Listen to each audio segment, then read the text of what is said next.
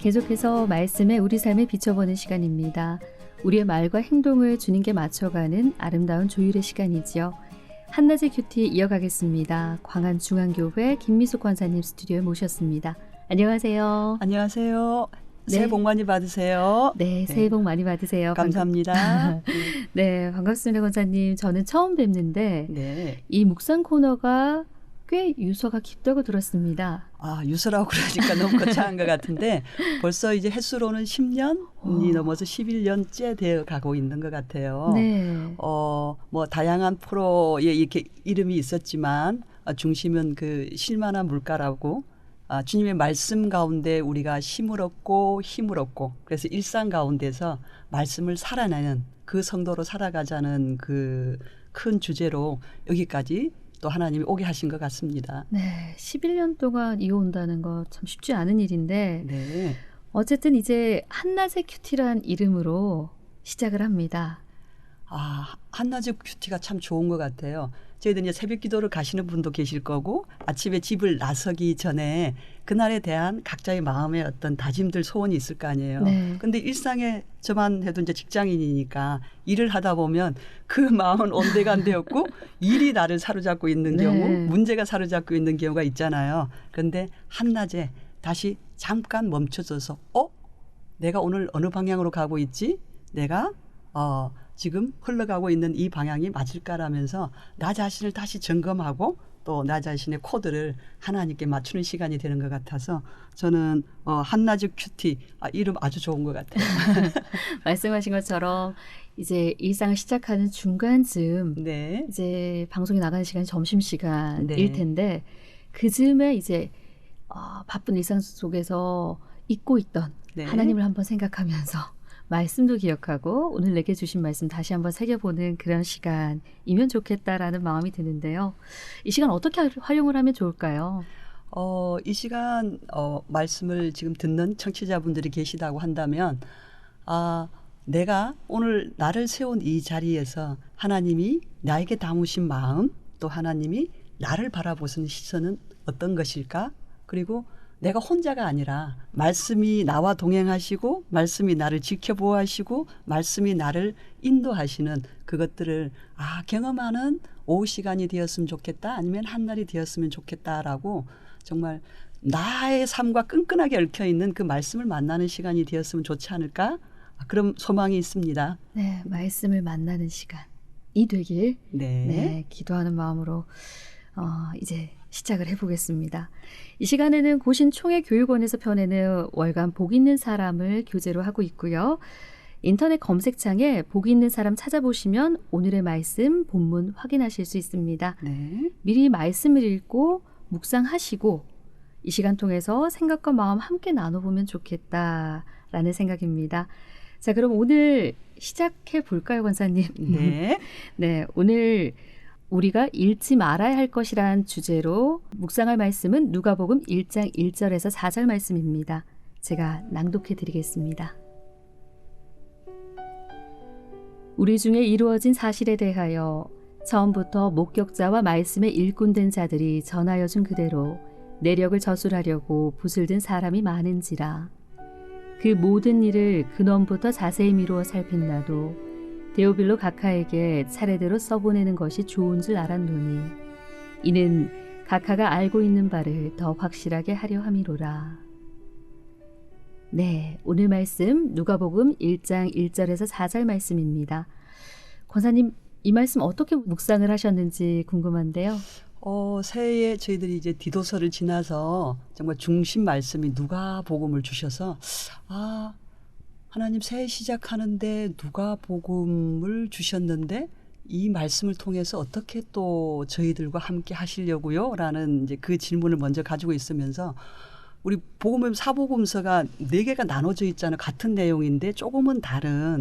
그래서 제가 조금 이렇게 이제 관심을 가지고 살펴보니 마태복음은 유대인에게, 마가복음은 흩어져 있는 로마인들에게, 네. 그리고 누가복음은 이방인들에게 전해진 복음이고요. 네네. 요한복음은 모든 민족에게 대상이 이제 읽혀지는 수신자가 그렇더라고요. 네. 그러면서 참 성령님은 세밀하시다. 이 복음을 듣는 대상들이 우리가 만나는 대상이 다양하듯이 또 복음을 듣는 대상도 다양할 거잖아요.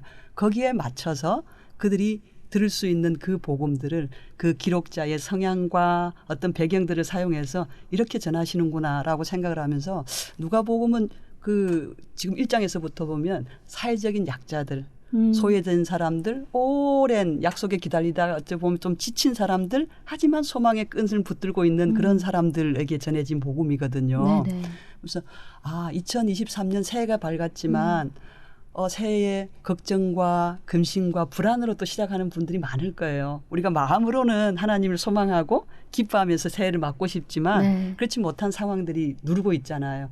그런 우리들에게 누가라는 한 사람에게 복음이 전해져서 또 그 복음이 지금 데오빌로 각하라고 하는 사람에게 전해졌듯이 우리 그 좀 불안과 염려, 새해에 우리를 짓누리는 많은 것들로부터 하나님 소망 되어 주셔야 돼요. 말씀이 빗대어 주셔야 돼요. 그런 마음을 가지고 출발하는 우리에게 누가복음을 통해서 하나님께서 밝은 빛 또 소망으로 우리에게 만나 주시겠구나. 또 우리를 이끌어 주시겠구나 하는 그 마음으로 저는 이 묵상을 시작했습니다. 네. 말씀하신 것처럼 복음을 전하는 대상이 다르다고 하셨는데 네. 그 복음이 한 곳에 머물러 있지 않고 네. 나를 통해서 전달된 복음이 또 다른 누군가에게 전해지고 또 누군가에게 전해져서 그 복음의 역사가 일어나지 않나라는 저는 이제 그런 말씀으로 이 말씀을 받았거든요. 네. 그래서 이 복음의 역사가 얼마나 큰가, 얼마나 위대한가에 조금 이제 거기에 포커스를 두고 말씀을 묵상을 하다 보니까 그렇다면 우리가 이 말씀을 통해서 정말 복음이라는 게 어떤 것인지 분명히 알아야겠다라는 생각이 들더라고요. 지금 누가가 첫 절에 보면 우리 중에 이루어진 사실에 대하여 이 말씀은 구약의 예언대로 우리에게 오실 메시아가 하나님의 약속의 말씀대로 성취되었다. 네. 그래서 그것을 본 사람들이 있었고 누가도 지금 그 사도들에게 복음을 전해 들은 사람이거든요. 네네. 약속된 복음이 말씀이 성취되었고 그 메시아가 우리를 구원할 예수 그리스도가 오셨고 그분과 같이 생활을 하고 그분의 죽음과 부활과 승천을 본 그 제자들에게 나는 복음을 받았다. 난 생생히 살아있는 그 복음을 받았는데 내가 이 복음을 받고서 이 좋은 소식을 나도 내 가슴에 혼자 담아둘 수는 없다. 이방인인 내가 하나님의 자녀가 되었다. 그게 하나님이 창세전에 약속한 그 약속이 이루어졌으니 이제 우리를 각자의 자리로 보냈을 건데 우리 만나는 사람들에게 그 구원의 복음, 약속하신 그 영생의 복음이 주어졌으니 그 복음을 우리 삶 가운데 내가 전하는 이 방식대로 자연스럽게 누군가에게 전하는 한 해가 되기를 바란다는 그 마음들이 있는 것 같아서 저도 이 복음은 단순히 어느 한순간 생긴 게 아니라 하나님이 창세전부터 예비한 것이고 구약 성경에 다 오실 메시아에 대한 이야기인데 드디어 그분이 오셨고 우리의 구원을 완성하셨고 그분은 성령으로 우리와 함께 계시니 그 복음을 우리가 올 1년 살아가면서 삶으로든 또 삶의 전도지를 우리가 다 지금 세워져 있는 거잖아요. 어떤 모습으로 어떤 방식으로 전할까라는 거기에 대한 기대와 또 내 자신의 삶의 예배자의 모습들에 대해서 생각하게 하는 오늘 첫 문장인데 굉장히 많은 의미가 담겨 있는 그런 말씀 같아요. 네, 그러니까 이 누가복음을 묵상하는 가운데 정말 2023년 이 한 해에는 정말 복음의 기쁨과 감격이 좀 회복되었으면 좋겠다라는 그런 마음도 들어요. 지금 슬픔 가득한 또 오랜 기다림에 지친 그런 분들에게 복음이 전해졌을 때 또 사가랴의 가정도 아이를 갖지 못하다가 세례 요한이 태어나는 것도 그 오랜 기다림 가운데 태어난 것처럼 그런 이 시대를 살아가면서 정말 고달픈 또 삶에 지친 그런 분들에게 우리가 복음이라고 하는 그 기쁨의 소망의 그 메시지를 누군가에게 들고 가서 우리가 또 말로만 전하는 복음이 아니라 내 삶으로 전하는 복음이면 참 좋겠다. 따뜻한 사랑과 위로와 용기와 그 사람의 편이 되어주는 그런 존재로 우리를 2023년 하나님께서 주시지 않았을까라는 생각이 듭니다. 네, 각자의 삶 속에서 그 복음의 능력이 좀 나타나야 되겠다라는 생각인데요. 권사님 말씀을 들으면서 그런 마음이 드네요. 말씀을 묵상하다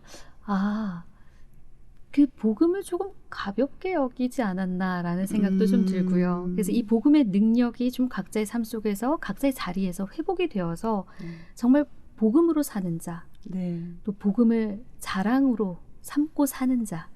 그래서 하나님의 그 모습을 나타내는 그 삶이 우리의 삶이 돼야 되지 않을까라는 생각 들거든요.